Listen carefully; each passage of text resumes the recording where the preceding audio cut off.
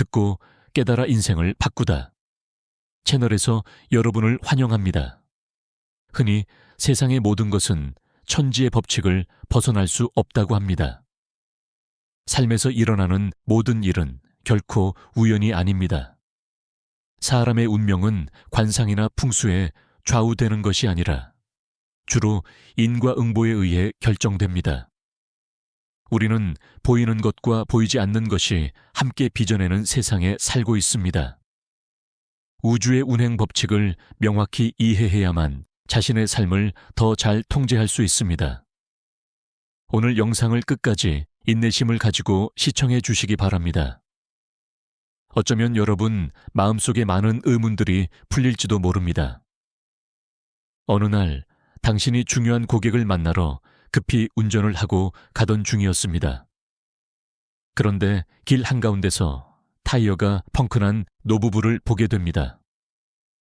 마음이 급해 그냥 지나치고 싶었지만 도저히 모른 척할 수가 없었습니다. 결국 차를 세우고 그들의 타이어 교체를 도와주기로 결심합니다.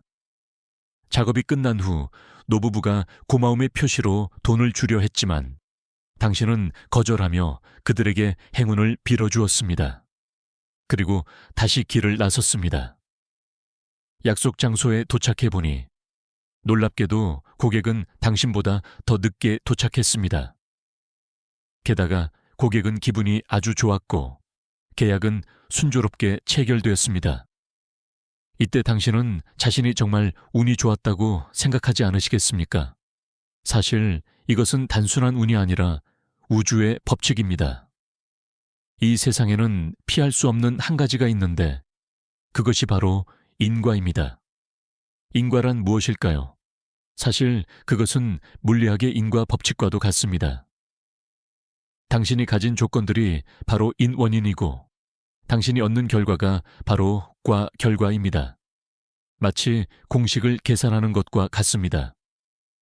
모든 데이터가 원인이라면 도출된 결과가 바로 열매인 셈입니다. 물리학에 인과 법칙이 있듯이 우리의 삶도 이 법칙에 따라 움직입니다. 당신이 무엇을 하든 그에 상응하는 결과를 얻게 됩니다. 선택 역시 인과의 일부입니다. 공부를 하지 않기로 선택하든 대학에 가기로 선택하든 당신의 미래의 길은 결국 크게 달라질 것입니다. 젊은이가 자신을 사랑해줄 사람을 찾고 싶어 합니다. 그 원인은 자신의 조건, 즉 인연일 수도 있고 집이나 차일 수도 있습니다. 이 모든 것이 필수적입니다. 훗날 그들의 연인이 누구인지, 그리고 그 연인이 그들에게 어떤 영향을 미치는지가 바로 결과입니다. 간단히 말해, 사람의 일생은 하나의 물리 공식과 같으며 우리가 얻는 결과는 우리가 심은 원인에서 비롯된 열매입니다. 옛말에 일명이운 삼풍수 사적 음덕, 오독서 육명칠상, 팔경신 구격규인 십양생, 첫째 운명, 둘째 운수, 셋째 풍수, 넷째 음덕, 다섯째 독서, 여섯째 명성, 일곱째 관상, 여덟째 신에 대한 공경, 아홉째 귀인과의 교제, 열째 양생이라는 말이 있습니다. 사람의 운명은 사실 수많은 사람과 사건에 얽혀 있습니다. 특히 좋은 운이나 귀인을 만날 기회는 억지로 얻을 수 있는 것이 아닙니다. 예전에 시골에서 서울로 함께 상경하여 창업을 한 두 형제가 있었습니다. 10년 후 형은 서울에 집을 사고 자리를 잡아 크게 성공했습니다. 반면 동생은 빈손으로 고향으로 돌아가야만 했습니다. 그들의 여정을 자세히 알아보니 형은 항상 자신을 도와주는 귀인을 만났다는 사실을 알게 되었습니다. 그 덕분에 사업의 길이 순탄했습니다. 반면 동생은 귀인은커녕 항상 자신의 앞길을 가로막는 소인배들만 만났습니다. 그러니 그가 무엇을 더 할 수 있었겠습니까? 한 교수는 귀인을 만나는지 여부는 모두 인연에 달려있다고 말한 적이 있습니다. 인연은 마치 거대한 그물과 같아서 우리 눈앞에 희미하게 나타나지만 우리는 그 인도를 바꿀 수 없습니다. 그것이 우리를 어느 방향으로 이끌고 싶어 하든 그것은 인연의 선택입니다. 다른 사람에게 인정받는 것을 행운이나 인연이라고 여길 수 있듯이 반대로 인정받지 못하는 것 역시 당신의 운명입니다. 옛말에 오이를 심으면 오이를 얻고 콩을 심으면 콩을 얻는다고 했습니다. 내일 달콤한 열매를 거두고 싶다면 오늘 좋은 씨앗을 심어야 합니다. 이 세상의 모든 일에는 원인과 결과가 있습니다. 조수의 밀물과 썰물, 인생의 기복, 달의 차고, 이지러짐, 사람의 기쁨과 슬픔, 만남과 헤어짐, 선과 악, 어둠과 이름, 영광과 치욕, 이 모든 것에는 원인과 결과가 있습니다. 보살은 원인을 두려워하고 중생은 결과를 두려워한다는 말이 있습니다. 이 한마디는 세상의 이치와 속세의 계산을 명확히 보여줍니다. 대부분의 사람들은 눈앞의 이익에만 관심을 가질 뿐 장기적인 계획을 세우지 않습니다. 그들은 결과에만 치중하고 처음의 원인에 대해서는 별로 신경 쓰지 않습니다. 반대로 지혜롭고 현명한 사람들은 원인을 매우 중요하게 생각하며 인과 법칙을 깊이 이해하고 있습니다. 그렇기 때문에 그들은 말과 행동을 항상 조심하며 단 한 번의 잘못된 발걸음으로 나중에 쓴 열매를 맺게 될까 두려워합니다. 오늘 우리는 모든 사람이 반드시 명심해야 할 가장 중요한 인과의 법칙들에 대해 함께 논의해 보겠습니다. 첫째, 하늘과 땅을 원망하고 남을 탓하는 습관은 재앙을 불러올 수 있습니다. 인생에는 8가지 고통이 있고 그 고통은 저마다 다릅니다. 현실에서 많은 사람들이 불평하는 습관을 들입니다. 하지만 이것이 인과적으로 심각한 결과를 초래하여 자신에게 적지 않은 문제를 일으킨다는 사실을 모릅니다. 저에게는 요리사로 일하는 친구가 한 명 있습니다. 그는 식당을 열었지만 요즘 장사하기가 너무 힘들다며 자주 불평했습니다. 그는 이 거리에 식당이 너무 많이 생겨서 경쟁이 갈수록 치열해져. 요즘 직장인들도 지갑이 얇아져서 한 달에 외식을 몇 번 안 해. 게다가 요즘 날씨가 추워서 사람들이 더 안 나오려고 하네. 라고 말했습니다. 저는 몇 달 전 그의 식당이 막 개업했을 때가 기억납니다. 그때 그는 이 거리에 식당이 너무 없어서 자기 식당 하나뿐이라 아무도 밥을 먹으러 오지 않는다고 불평했습니다. 식당이 자기 것 하나뿐일 때는 가게가 적어 장사하기 힘들다고 불평하더니 가게가 많아지자 경쟁의 압박 때문에 여전히 장사하기 힘들다고 불평한 것입니다. 결국 얼마 지나지 않아 그는 문을 닫아야 했습니다. 그 후로도 식당을 몇 개 더 열었지만 어떤 식당도 오래가지 못했습니다. 주된 원인은 그가 한 번도 불평을 멈추지 않았기 때문입니다. 사실 으슥한 골목에 있어도 손님이 끊이지 않는 식당이 많습니다. 음식을 잘 만들면 사람들은 먼 길을 마다하지 않고 찾아옵니다. 우리가 모든 것을 원망하기 시작하고 매일 한숨만 쉰다면 점차 삶에 대한 믿음을 잃게 될 것입니다. 원망하는 마음을 품고 앞으로 나아간다면 어떻게 성공할 수 있겠습니까? 청나라의 정치가 증국본은 이런 명언을 남겼습니다. 까닭 없이 하늘과 땅을 원망하면 하늘은 당신에게 더 많은 고난을 줄 것이다. 까닭 없이 남을 탓하면 사람들은 승복하지 않을 것이다. 약간의 불운 때문에 하늘과 땅을 원망하면 당신은 고통만 더 얻게 될 뿐입니다. 무슨 일만 생기면 남을 비난하면 사람들은 불만을 품게 될 것입니다. 불평하는 습관은 대단히 어리석은 짓입니다. 지혜로운 사람은 결코 고난에 대해 불평하지 않는 반면 어리석은 자는 항상 삶이 고달프다고 한탄합니다. 고통은 이미 일어났고 원망한다고 해서 진실이 바뀌지는 않습니다. 알리바바의 창업자 마윈의 삶을 자세히 연구해보면 그의 인생 전반부 37년은 실패의 연속이었습니다. 하지만 37세 이후 그는 갑자기 눈부신 성공을 거두었습니다. 그의 비결은 단 4글자, 절대 불평하지 마라에 요약되어 있습니다. 그는 이렇게 말했습니다. 제가 20대, 30대였을 때 저도 다른 사람들처럼 불평을 많이 했습니다. 왜 아버지는 아무런 지위가 없는지 원망했고 30군데가 넘는 곳에 입사 지원을 했지만 한 곳도 받아주지 않는 것을 탓했습니다. 하지만 불평이 무슨 소용이 있겠습니까? 저는 원망하는 것보다 미래를 찾는 것이 훨씬 더 중요하다는 사실을 아주 일찍 깨달았습니다. 빌 게이츠에게도 하루는 24시간이고 평범한 사람에게도 하루는 24시간입니다. 누구나 노력하면 성공할 수 있습니다. 고통으로 가득 차지 않은 삶이 어디 있겠습니까? 인생길이 비록 험난할지라도 이겨내기만 하면 눈앞에 탄탄대로가 펼쳐질 것입니다. 하늘과 땅을 원망하는 것은 재앙을 불러올 뿐이라는 것을 명심하십시오. 불평하고 싶은 마음이 생기는 즉시 깨어 있어야 하며 이 부정적인 감정에 지배당해서는 안 됩니다. 둘째, 만족할 줄 아는 것이 삶의 평안과 기쁨의 비결입니다. 노자는 만족할 줄 모르는 것보다 더 큰 재앙은 없고 끝없는 탐욕보다 더 큰 잘못은 없다고 말했습니다. 사실 인생에서 가장 큰 재앙은 만족할 줄 모르는 것이고 가장 큰 실수는 끝없는 탐욕입니다.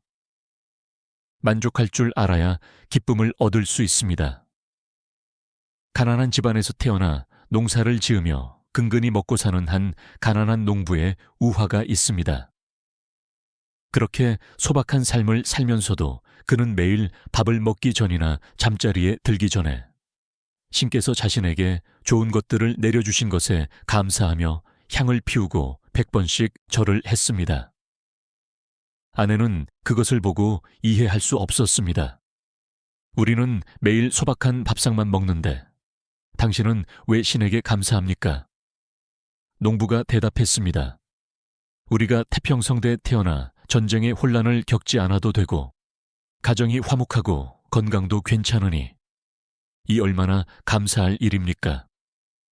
고서에는 만족할 줄 아는 것보다 더 큰 기쁨은 없고 불평하는 것보다 더 큰 고통은 없다고 기록되어 있습니다. 가장 큰 행운은 만족하는 법을 배우는 것이고 가장 고통스러운 것은 너무 많은 것을 바라는 탐욕입니다.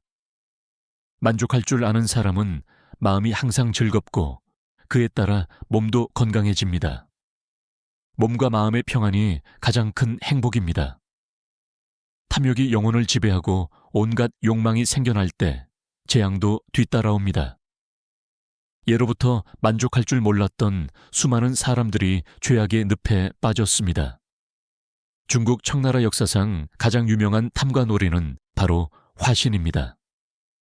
처음 관직에 올랐을 때 화신은 매우 총명하고 민첩하여 걸륭제의 큰 신임을 받았습니다. 걸륭제는 심지어 자신의 막내딸을 화신의 아들과 결혼시키겠다고 약속하여 그를 황실의 인척으로 만들어 주었습니다.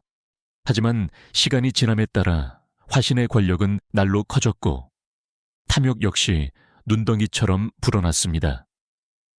그는 직권을 남용하여 조정을 조종하고 재물을 긁어모았습니다.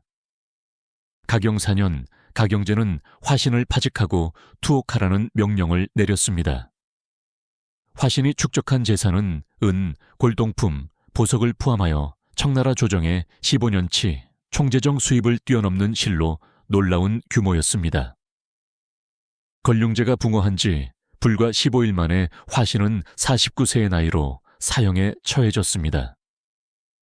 그 이후로 그는 역사상 가장 악명 높은 탐관오리가 되어 만세의 지탄을 받게 되었습니다. 탐욕은 모든 재앙의 근원입니다. 인간의 물질적 욕망은 끝이 없습니다. 옛말에 사람의 마음이 만족할 줄 모르면 재앙과 근심이 항상 찾아온다고 했습니다.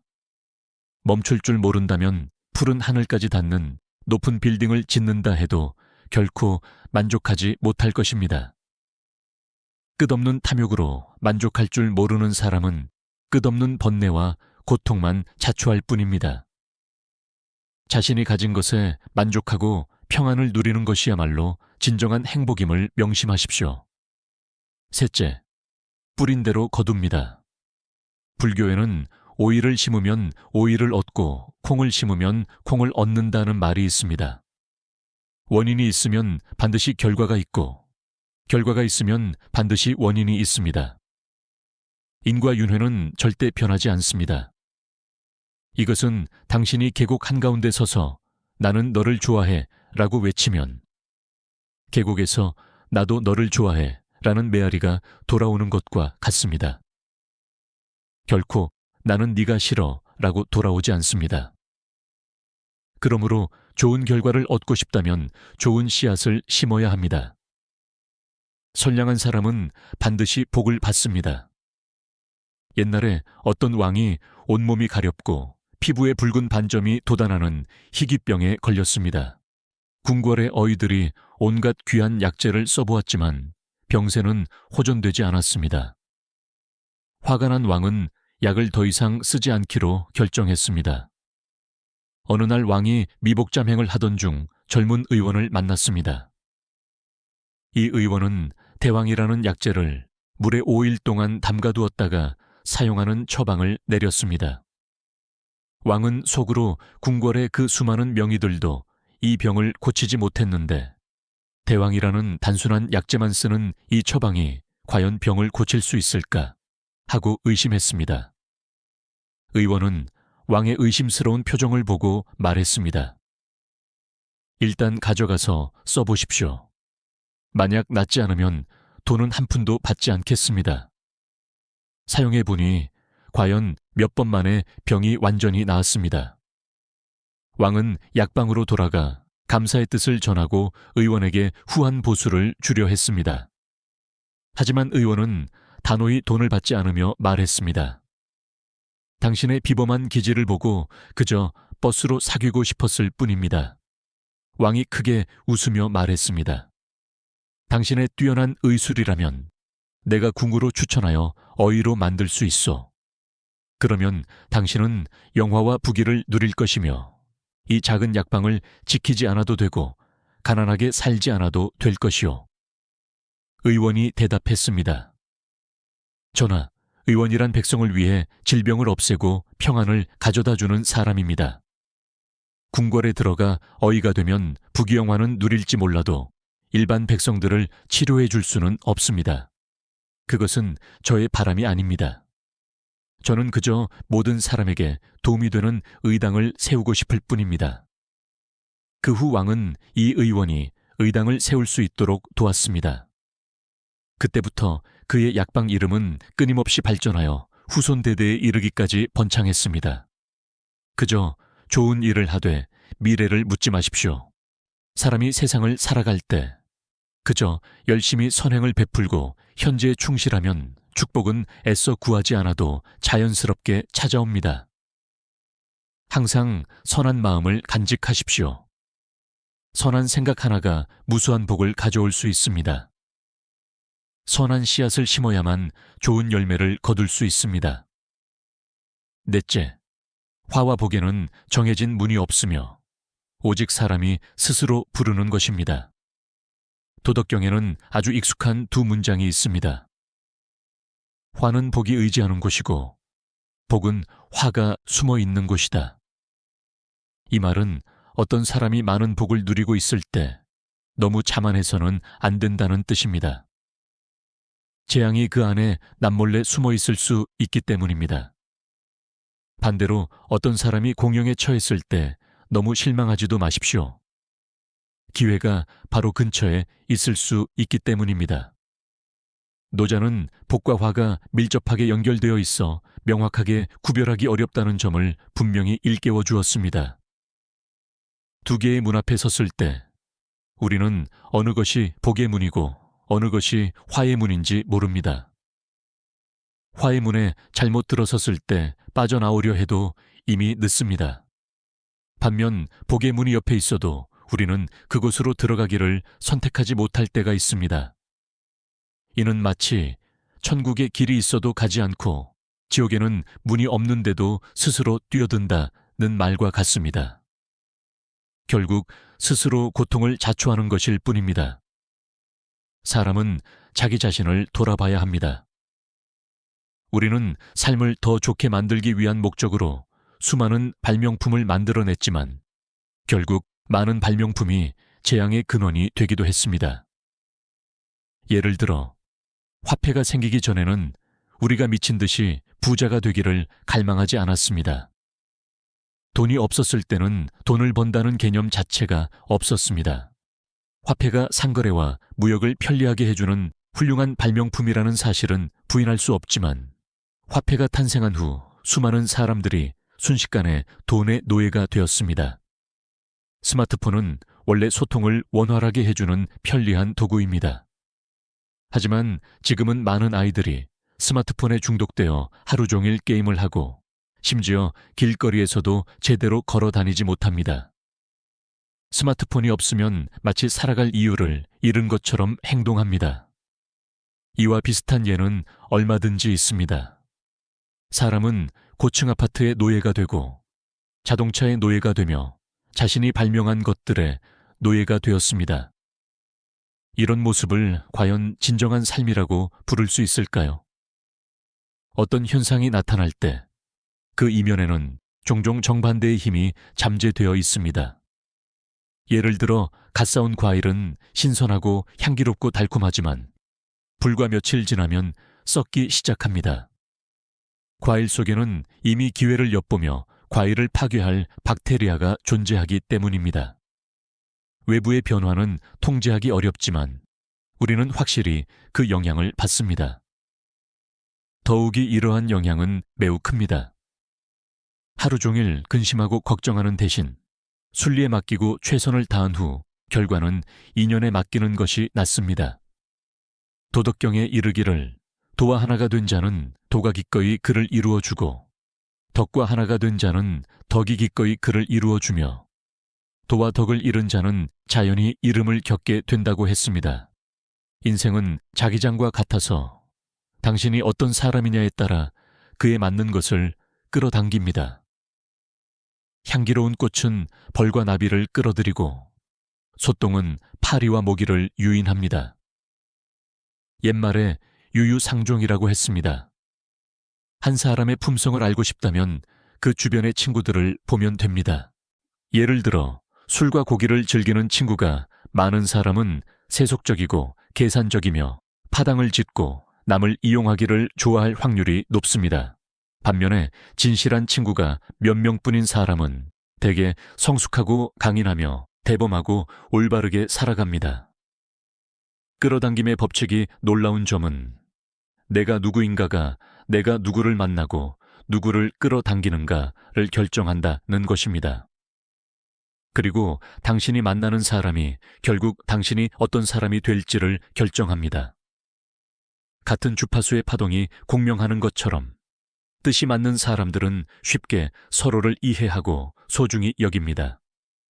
정직하고 선량한 사람은 자연스럽게 긍정적이고 좋은 에너지가 풍부한 사람들을 끌어들입니다.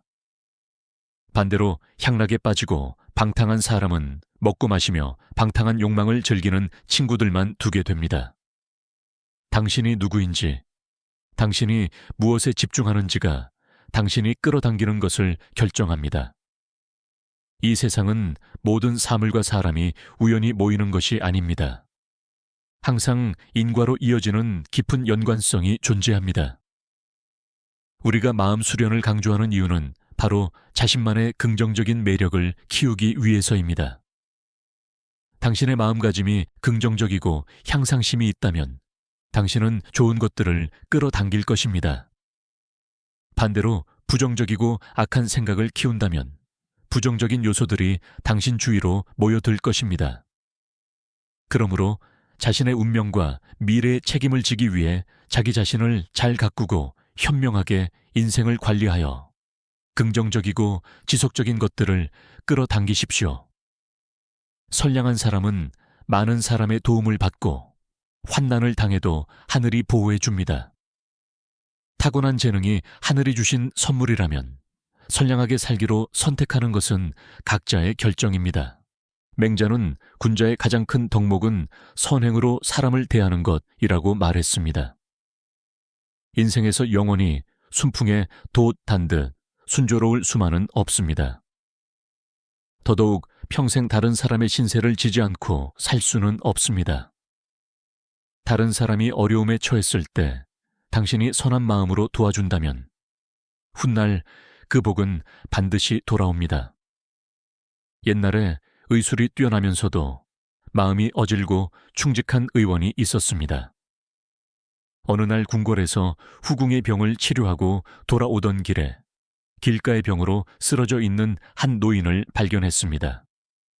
의원의 자비심으로 주변의 만류에도 불구하고 그는 노인을 구하고 약을 처방해 주었습니다. 훗날 그 의원이 다른 사람의 모함으로 감옥에 갇혀 가을에 참수를 당할 위기에 처했을 때 그를 감옥에서 구해준 사람은 다름 아닌 그가 구해준 노인의 아들이었습니다. 참으로 하늘의 도는 사사로움이 없어 늘 선한 사람과 함께한다고 할 수 있습니다. 천지는 친하고 소원함을 구별하지 않을지 모르나 선한 마음을 가진 사람은 반드시 특별히 대우합니다. 어떤 선한 말이나 생각도 결코 헛되지 않습니다. 한 사람이 베푼 모든 친절은 결국 합당한 복으로 돌아옵니다.